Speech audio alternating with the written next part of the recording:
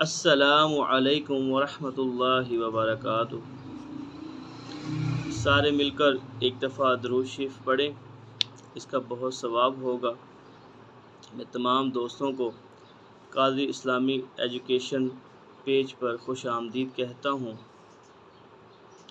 سارے مل کر میرے ساتھ درود شریف پڑھیں۔ الصلاۃ والسلام علیک یا رسول اللہ، الصلاۃ والسلام علیک یا حبیب اللہ، الصلاۃ والسلام علیک یا رحمۃ للعالمین، صلو علی الحبیب صلی اللہ تعالی علیہ وآلہ وسلم۔ آج میں آپ کے ساتھ بہت ہی پیاری گفتگو کرنے والا ہوں۔ آج میں اپنے پیارے دوستوں کو احکام طواف کے متعلق کچھ آگاہی دوں گا۔ اللہ تعالیٰ میرے یہ ٹوٹے پھوٹے الفاظ قبول فرما لے، میری بھی اصلاح ہو جائے اور آپ کے علم میں بھی اضافہ ہو جائے۔ اگر ویڈیو پسند آئے تو اس کو ثواب کی نیت سے آگے شیئر کر دیں تاکہ دوسروں کو بھی اس کا علم ہو جائے۔ احکام طواف، طواف کی تعریف، طواف کے معنی کسی چیز کے چاروں طرف چکر لگانے کے ہیں، اور حج کے بیان میں اس سے مراد بیت اللہ کے چاروں طرف 7 مرتبہ گھومنا ہے۔ فضائل طواف، حدیث میں طواف کے بہت فضائل ورد ہوئے ہیں۔ قال رسول اللہ صلی اللہ علیہ وآلہ وسلم، حضرت عبداللہ بن عباس رضی اللہ تعالی عنہ فرماتے ہیں کہ جناب رسول اللہ صلی اللہ علیہ وآلہ وسلم نے فرمایا، اللہ تعالیٰ بیت اللہ پر ہر روز 120 رحمتیں نازل فرماتے ہیں، جن میں سے 60 رحمتیں طواف کرنے والوں کے لیے ہیں اور 40 بیت اللہ کے گرد قیام کرنے والوں کے لیے اور 20 بیت اللہ کو دیکھنے والوں کے لیے ہوتی ہیں۔ حضرت عبداللہ بن عمر رضی اللہ تعالیٰ عنہ روایت فرماتے ہیں کہ میں نے رسول اللہ صلی اللہ علیہ وآلہ وسلم سے سنا، جو شخص بیت اللہ کا طواف کرتا ہے وہ ایک قدم اٹھا کر دوسرا قدم نہیں رکھتا کہ اللہ تعالیٰ اس کی ایک خطا معاف کر دیتے ہیں اور ایک نیکی لکھ دیتے ہیں اور ایک درجہ بلند کر دیتے ہیں۔ لہذا مکہ مکرمہ میں رہتے ہوئے جس قدر ہو سکے طواف کرتے رہنا چاہیے، یہ نعمت ہمیشہ میسر نہیں ہوتی۔ طواف کا طریقہ یہ ہے کہ حجر اسود کے سامنے اس طرح کھڑا ہو کہ دایاں کندھا حجر اسود کے مغربی کنارے کے سامنے ہو اور سارا حجر اسود دائیں طرف رہے۔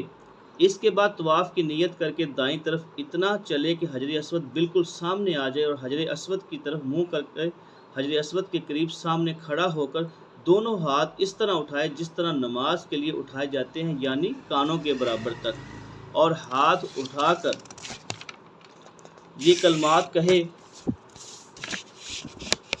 بسم اللہ اللہ اکبر، لا الہ الا اللہ واللہ الحمد،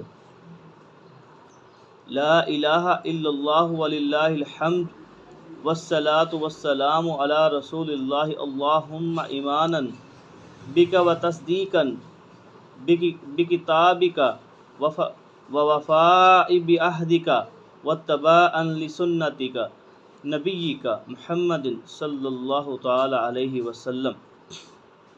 اگر کسی کو یہ کلمات نہ آتے ہوں تو وہ تیسرا کلمہ پڑھے، سبحان اللہ والحمد للہ ولا الہ الا اللہ واللہ اکبر ولا حول ولا قوۃ الا باللہ العلی العظیم۔ یہ بھی آپ پڑھ سکتے ہیں۔ اللہ کا نام لے کر، جو اللہ سب سے بڑا ہے، جس اللہ کے سوا کوئی معبود نہیں، اور تمام تعریفیں اس اللہ کے لیے ہیں جو درود و سلام ہو اللہ کے رسول صلی اللہ علیہ وسلم پر۔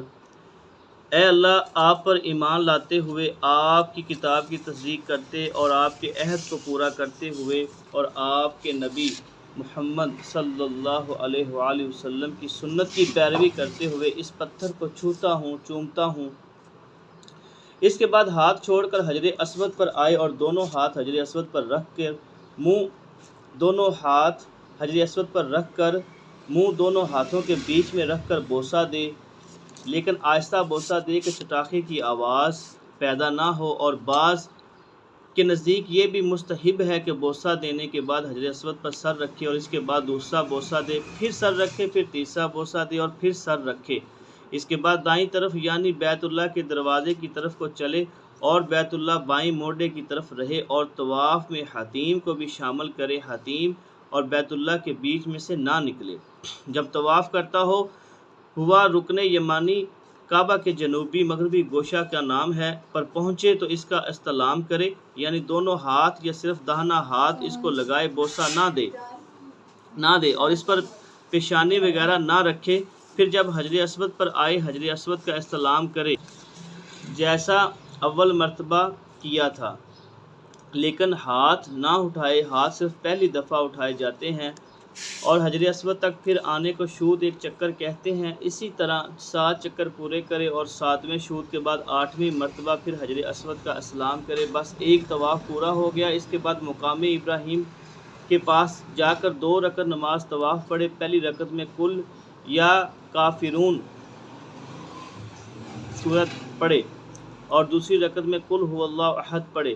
اس کے بعد جو چاہے دعا مانگے، اللہ کے فضل سے وہ قبول ہوگی۔ حجر اسود کو ہاتھ لگانا اور چومنا صرف اس وقت مسنون ہے جب کسی کو تکلیف نہ ہو، اس لیے دھکے دے کر استلام نہ کرے، بلکہ ایسے وقت صرف دونوں ہاتھ حجر اسود کو لگائے اور ہاتھوں کو چوم لے، اور اگر ایک ہاتھ لگائے تو دانا ہاتھ لگائے، اور اگر کسی طرح بھی ممکن نہ ہو تو دونوں ہاتھ کانوں تک اٹھا کر دونوں ہتھیلیوں کو حجر اسود کی طرف اس طرح کرے کہ پشت ہتھیلیوں کی اپنے چہرے کی طرف رہے، اور یہ نیت کرے کہ حجر اسود پر رکھی ہیں، اور تکبیر و تحلیل کہے اور ہتھیلیوں کو بوسہ دے لے۔ اس میں جو مسئلہ ہے وہ بھی آپ کو بتاتا ہوں۔ مسئلہ حجر اسود پر اگر خوشبو لگی ہو اور طواف کرنے والا محرم ہو تو اس کا استلام جائز نہیں، بلکہ ہاتھوں سے اشارہ کر کے ہاتھ کو بوسہ دے لے۔ مسئلہ نمبر 2، حجر اسود پر چاندی کا حلقہ لگا ہوا ہے، استلام کے وقت اس کو ہاتھ لگانا جائز نہیں۔ بہت سے ناواقف استلام کے وقت اس کو ہاتھ لگاتے ہیں، یہ ناجائز ہے۔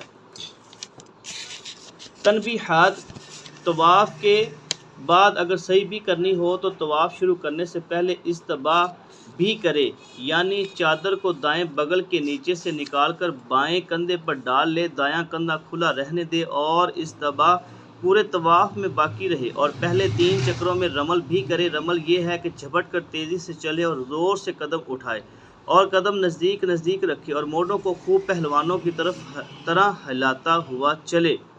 طواف کے شروع میں تکبیر سے پہلے اور حجر اسود کے سامنے آنے سے پہلے ہاتھ اٹھانا بدعت ہے، اس لیے حجر اسود کے سامنے آنے کے بعد تکبیر کہتے ہوئے ہاتھ اٹھائے۔ جب 2 رکعت طواف پڑھے تو کندھے ڈھانپ کر پڑھے۔ استباح کے ساتھ نماز پڑھنا مکروہ ہے، استباح صرف طواف میں ہوتا ہے۔ اکثر طواف کرنے والے حجر اسود اور رکن یمانی کے درمیان میں کھڑے ہو کر نیت کرواتے ہیں، یہ مکروہ ہے، بلکہ طواف کی نیت اس طرح کھڑے ہو کر کرنی چاہیے کہ دایاں کندھا حجر اسود کے مغربی کنارے کے سامنے ہو۔